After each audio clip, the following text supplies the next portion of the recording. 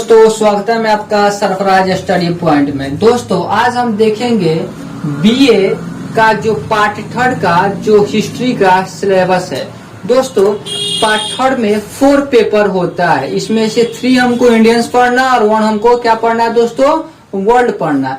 दोस्तों कहने का मतलब क्या है कि आज हम देखेंगे कि पेपर 5, पेपर 6 और पेपर 7 और पेपर 8 के बारे में। सबसे पहले दोस्तों हम देखेंगे कि आखिर ये हमारे कौन कौन से बुक में हमको मिल सकती है। तो दोस्तों मतलब उसके लिए हमको इम्तियाज अहमद का एक मध्यकालीन भारत लेना पड़ेगा और एक सतीश चंद्र का मध्यकालीन भारत लेना पड़ेगा और सबसे बेहतरीन बुक एनसीईआरटी से हमको दोस्तों पढ़ना पड़ेगा। तो आइए हम सभी देखते हैं कि जो बीए पार्ट थर्ड का जो सिलेबस है उसके अंतर्गत हमको क्या क्या पढ़ना है और हमको कहाँ से कौन से किताब में दोस्तों हमको पढ़ना है। तो दोस्तों सबसे पहले हमारा यूनिट 1 है, वो हमारा यूनिट 1 करता है सर्वे ऑफ सोर्सेस। कहने का मतलब क्या है कि भारतीय इतिहास के मतलब जो स्रोत है, जो भारतीय इतिहास के जो स्रोत है उसके बारे में हमको दोस्तों पढ़ना है। तो मतलब दोस्तों हमको पढ़ना है इम्तियाज अहमद के जो ये किताब है,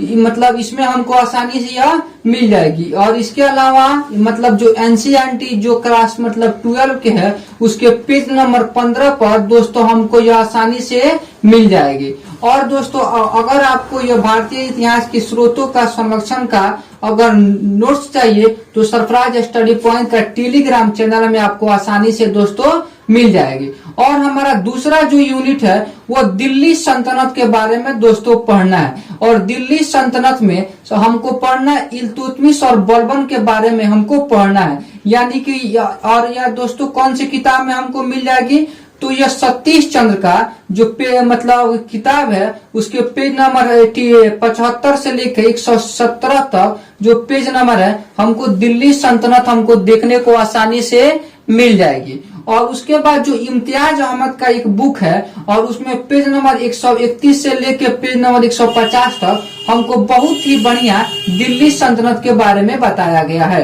उसके बाद अगर आप एनसीईआरटी से पढ़ना चाहते हैं तो एनसीईआरटी जो क्लास 7 का है उसमें पेज नंबर 30 से लेके 45 तक हमको आसानी से देखने को मिल जाएगी। और जो हमारा तीसरा यूनिट है वह दिल्ली सल्तनत का प्रसार है। इसमें दिल्ली सल्तनत का प्रशासन देखना है और इसमें अलाउद्दीन जो मतलब अलाउद्दीन के बारे में देखना है और उसके आर्थिक सुधार क्या क्या अलाउद्दीन खिलजी ने क्या क्या आर्थिक सुधार किए और मतलब कैसे कैसे बाजार नियंत्रण प्रणाली ये सभी के बारे में हमको पढ़ना है। और यह दोस्तों सेम मतलब जो मतलब ये वाला बुक और ये वाला बुक में सेम में दोस्तों आ जाएगा। हमारा यूनिट नंबर 4 है तुगलक वंश के बारे में पढ़ना है। दोस्तों तुगलक वंश में बारे में पढ़ना है और विशेष रूप से हमको मोहम्मद बिन तुगलक और फिरोज शाह तुगलक के बारे में हमको दोस्तों पढ़ना है। मतलब यह हमको सतीश चंद्र के बुक में पेज नंबर 93 पर हमको आसानी से मिल जाएंगी। और इम्तियाज अहमद का जो बुक है उसमें 179 पर हमको आसानी से पेज नंबर में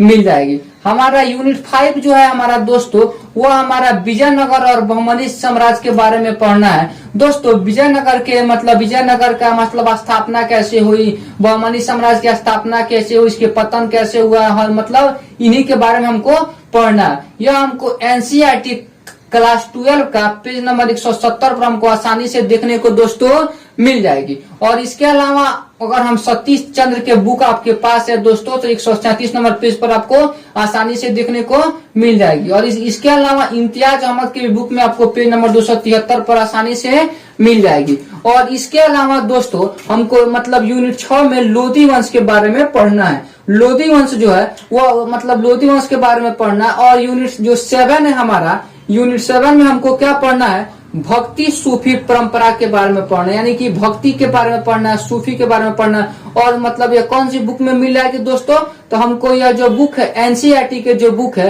वह क्लास 7 का एनसीईआरटी के पेज नंबर 104 में हमको भक्ति सूफी परंपरा के बारे में बहुत ही अच्छा डिटेल से बताया गया। और इसके अलावा क्लास 12 का भी एनसीईआरटी के बारे में हमको बताया गया। और इसके अलावा जो इम्तियाज अहमद जो बुक है उसमें भी पेज नंबर 247 पर मतलब हमको दिया गया। सबसे जो मतलब वीवीआई जो टॉपिक हमारा है, सबसे वीवीआई जो हमारा टॉपिक है वो मुगल वंश है। क्या दोस्तों, मुगल वंश की स्थापना कैसे हुई, बाबर के बारे में पढ़ना है, हुमायूं के बारे में पढ़ना है, मतलब इसके मुगल वंश के पूरा के मतलब स्थापना से लेके सब चीज इनके बारे में पढ़ना है। यह हमको कौन सी क्लास में मिल जाएगी, तो क्लास 7 के पेज नंबर 45 पर हमको आसानी से मिल जाएगी।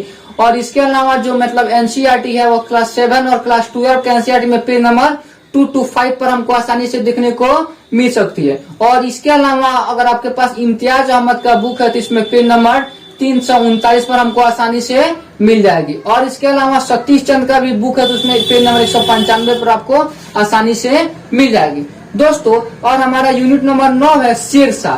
दोस्तों शेरशाह के बारे में हमको पढ़ना है, शेरशाह के कैसे शासन हुआ, कैसे मतलब शेरशाह ने गद्दी को हासिल किया, उसके मतलब शेरशाह ने क्या क्या शासन किया, क्या क्या प्रशासन किया, उनके प्रशासन कैसी थी, उनकी बाजार नियंत्रण प्रणाली कैसी थी, मतलब शेरशाह के बारे में डिटेल हमको पढ़ना है। यह हमको इम्तियाज अहमद के बुक में पेज नंबर 323 से लेकर 338 तक हमको शेरशाह के बारे में दिया, हमको आसानी से मिल जाएगी। और जो हमारा यूनिट 10 है उसमें दोस्तों हमको क्या करना है, इसमें अकबर के बारे में फुल डिटेल पढ़ना है। यानी कि जो अकबर है वो मतलब क्या है, अकबर कैसे राजा बनता है, अकबर की धार्मिक पॉलिसी क्या है, वो मतलब धर्म के बारे में और धर्मों के बारे में वो मतलब कैसा मतलब रुख लेता है, उनके शासन के बारे में पढ़ना, उसके प्रशासन के बारे में पढ़ना। तो दोस्तों ये हमको कौन सी बुक में मिलेगी, तो यह हमको पेज क्लास 7 के एनसीईआरटी में पेज नंबर 45 पर हमको आसानी से मिल जाएगी। और इसके अलावा दोस्तों अगर आपके पास इम्तियाज अहमद का बुक है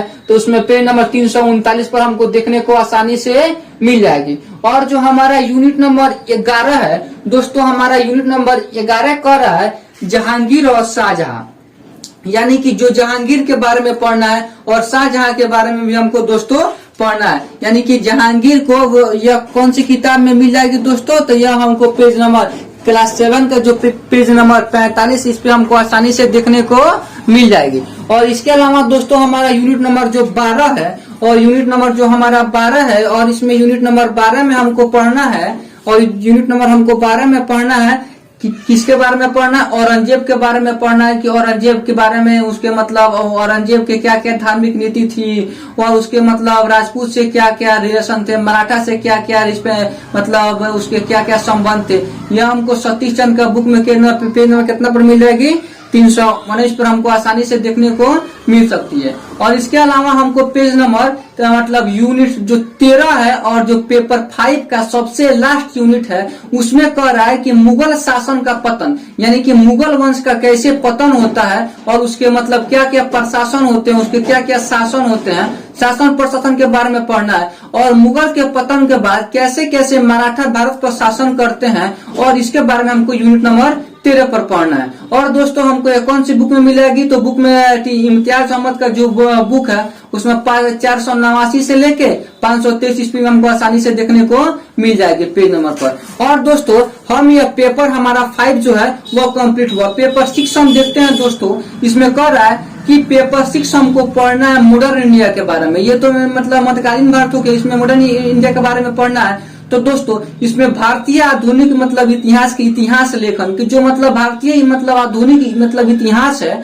वह उसको कैसे लिखा गया और उसके लिखने के पीछे के क्या क्या कारण थे। तो इसमें सबसे पहले पेज नंबर स्पेक्ट्रम जो आपके पास जो बुक होगा, जो मॉडर्न इंडिया का रामबाण जो बुक है स्पेक्ट्रम, उसमें पेज नंबर 9 से लेकर पेज नंबर 19 तक दोस्तों यह हमको उसमें पेज नंबर में देखने को मिल सकती है। और दोस्तों हमारा जो मतलब यूनिट 2 है उसमें दोस्तों दिखा गया है battle of Plassey and Buxar, यानी कि बक्सर के जो मतलब उसके मतलब युद्ध था, जो प्लासी का मतलब युद्ध था, उनके बारे में, उनके कारण के बारे में देखना है, उनके महत्व के बारे में देखना है, और उनके मतलब किस कारण से वह जो मतलब युद्ध हुई थी वह कौन सी कारण से हमको देखने को मतलब मिल रहा था। और इसके अलावा दोस्तों हमको देखना है मतलब यह कौन सी बुक में मिल जाएगी, तो दोस्तों ये एनसीईआरटी के जो हमारा बुक है उसमें पेज नंबर 8 से लेकर 12 में मिल जाएगी हमको, और मतलब क्लास 8वां की और क्लास 12 की भी हमको देखने को मिल सकती है। और जो स्पेक्ट्रम का बुक है उसमें बहुत ही विस्तार तरीका से पेज नंबर 88 से लेके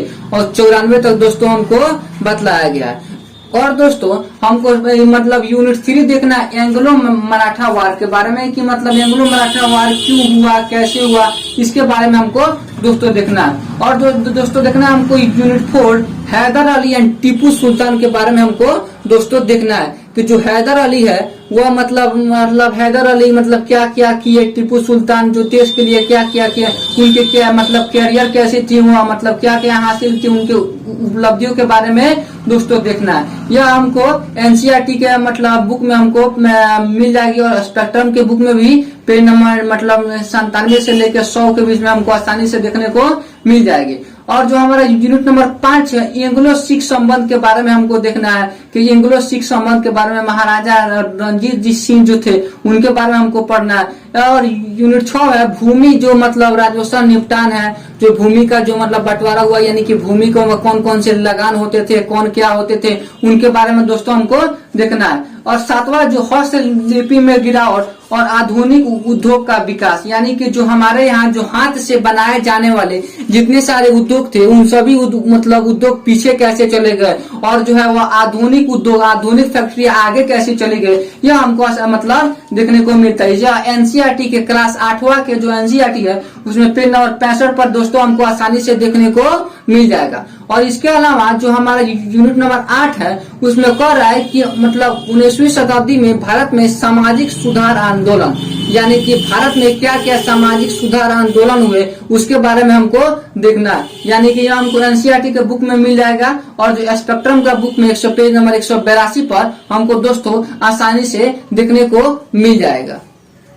और दोस्तों हमारा जो मतलब यूनिट नंबर 9 है वो भारत में अंग्रेजी शिक्षा का प्रचार है, यानी कि जब हमारा भारत देश गुलाम था तो इसमें मतलब जो मतलब अंग्रेज आए वो कैसे कैसे यहाँ पे शिक्षा, यानी कि अपना इंग्लिश शिक्षा यहाँ भारत में कैसे कैसे विस्तार किए, मतलब इसके बारे में हमको दोस्तों पढ़ना है। यह हमको कौन सी बुक में मिल जाएगी, तो यह हमको क्लास एनसीईआरटी के जो क्लास 8वां क्लास का जो बुक है उसमें पेज नंबर 81 से लेके 93 तक हमको इसमें अच्छा से बहुत ही बेहतरीन तरीका से हमको देखने को मिल जाएगी। और इसके अलावा पेज नंबर जो 10 का यूनिट है वो जनजातीय विद्रोह के बारे में यूनिट है, यानी कि कोल विद्रोह के बारे में पढ़ना है, संथाल विद्रोह के बारे में पढ़ना है, वहाबी आंदोलन के बारे में पढ़ना है। दोस्तों इसमें से हर साल एक ना एक क्वेश्चन दोस्तों जरूर ही रहता है। और ये हमको कौन सी बुक में मिल जाएगी दोस्तों, तो यह हमको एनसीईआरटी के बुक में मिल जाएगी, यानी कि एनसीईआरटी के जो बुक है क्लास 12 का जो एनसीईआरटी का बुक है उसमें पेज नंबर 70 में आसानी से हमको देखने को